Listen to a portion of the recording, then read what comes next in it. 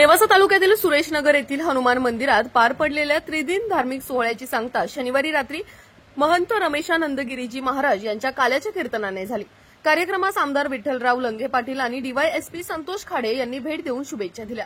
कीर्तनावेळी DySP Khade यांनी हनुमानाची ताकद सद्विचारांसाठी वापरण्याचे आवाहन केले, तर आमदार लंगे यांनी पुनर्वसित गावांच्या निधीसाठी प्रयत्न सुरू असल्याची ग्वाही दिली। कार्यक्रमात काल्याची दहीहंडी फोडून महाप्रसाद वाटप करण्यात आला। संकल्प समिती, गावचे सरपंच व स्थानिक मान्यवर यांच्या उपस्थितीत कार्यक्रम भक्तिमय वातावरणात पार पडला। राष्ट्र सह्याद्री न्यूजसाठी प्रतिनिधी सुधीर चव्हाण, नेवासा। आपलं गोधन घेऊन रानात जा, अरे तुम्ही गाया घेऊन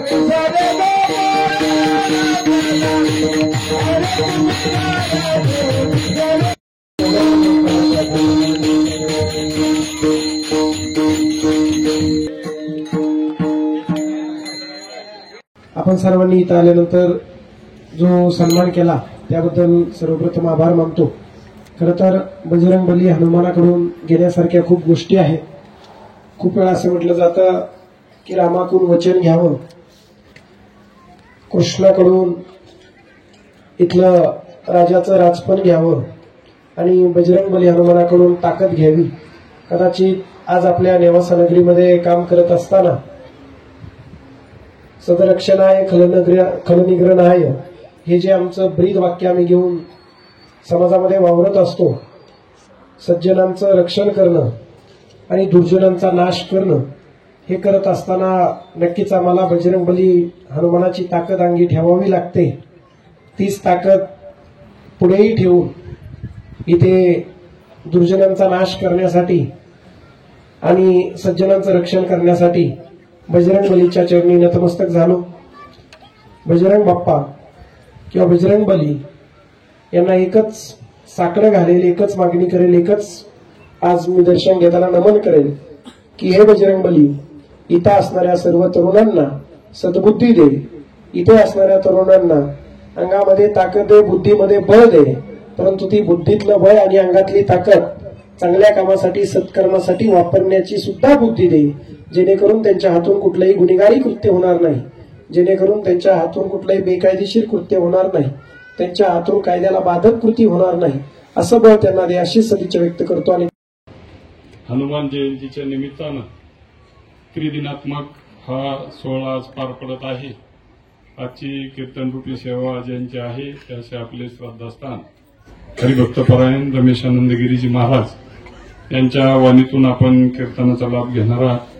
सर्व भाविक भक्त, टाळकरी मंडळी, आपल्या गावचे सरपंच, त्यांचे सर्व सहकारी, आमच्या मोठ्या प्रमाणात उपस्थित असलेल्या लाडक्या बहिणी, ज्येष्ठ श्रेष्ठ मान्यवर यांचं प्रथमतः मी आभार मानतो। त्या ठिकाणी जे 50 वर्षापूर्वीचे पुनर्वसित गाव आहे सुधीर भाऊ, ते एक अर्थ खात्याने टिप्पणी ठेवली आणि ते गाव त्याच्यातून वगळले होते, थांबवलं होतं, निधी देणं थांबवलेलं होतं।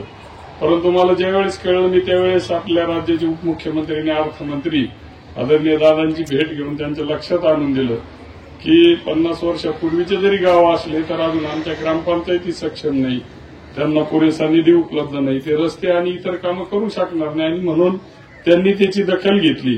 आणि अधिवेशनामध्ये आपण सर्वांनी ऐकलं असेल की मी त्या ठिकाणी आपल्या या पुनर्वसित गावांचा विषय मांडला आणि काल परवाच त्याच्या कृती आराखड्याला राज्य सरकारनं परवानगी दिलेली। आणि म्हणून जसं आता आपलं गाव नाही त्याच्यात ते किंवा अजून 1-2 लाख एकळ असे मला बऱ्याच जणांनी फोन केले, तर त्याच्या बाबतीत देखील आपण नेमकी काय अडचणी आहेत, कशामुळे नाही, किंवा नसलं तरी आपल्याला काय प्रयत्न आपले गाव त्याच्यामध्ये बसून आपल्याला कसं निधी उपलब्ध करून देता येईल, याच्यासाठी आपल्या तालुक्याचा आमदार म्हणून मी त्या ठिकाणी प्रयत्न करेन। आपलं सर्वांचं प्रेम निश्चितपणानं पूर्वीपासून आहे, आता देखील भविष्य काळात आपलं प्रेम या ठिकाणी निश्चितपणानं असंच आमच्या पाठीशी असावं, हीच आज हनुमानरायाच्या चरणी प्रार्थना करतो। आणि आपल्याला लोकशाहीने जो 5 वर्ष एकदा निवडून गेल्यानंतर अधिकार दिलेला आहे, ते 5 वर्ष चांगलं काम आणि चांगलं काम करत असताना सर्वांना बरोबर घेऊन जाण्याची शक्ती हनुमंतरायांनी मला द्यावी, हीच प्रार्थना करतो। परवा या ठिकाणी निमंत्रित केलं, परंतु मी घरगुती सोहळ्यामुळे या ठिकाणी येऊ शकलो नाही। आज देखील हनुमान जयंतीच्या निमित्तानं संपूर्ण तालुकाभर ठिकठिकाणी काल्याचे कीर्तन सोहळे, वेगवेगळे कार्यक्रम, धार्मिक कार्य. आज आम्ही रस्त्याने येत असताना अनेक ठिकाणी हनुमान जयंतीच्या निमित्तानं मिरवणूक आणि भव्य दिव्य एक धार्मिक वातावरण आज आपल्या तालुक्यामध्ये आणि संपूर्ण राज्यामध्ये हनुमान जयंतीच्या निमित्तानं आहे.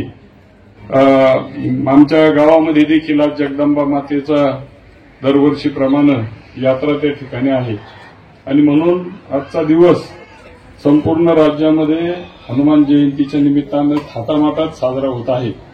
आपल्या गावामध्ये देखील मला या ठिकाणी निमंत्रित केलं त्याबद्दल मी आपले सर्वांचे आभार मानतो.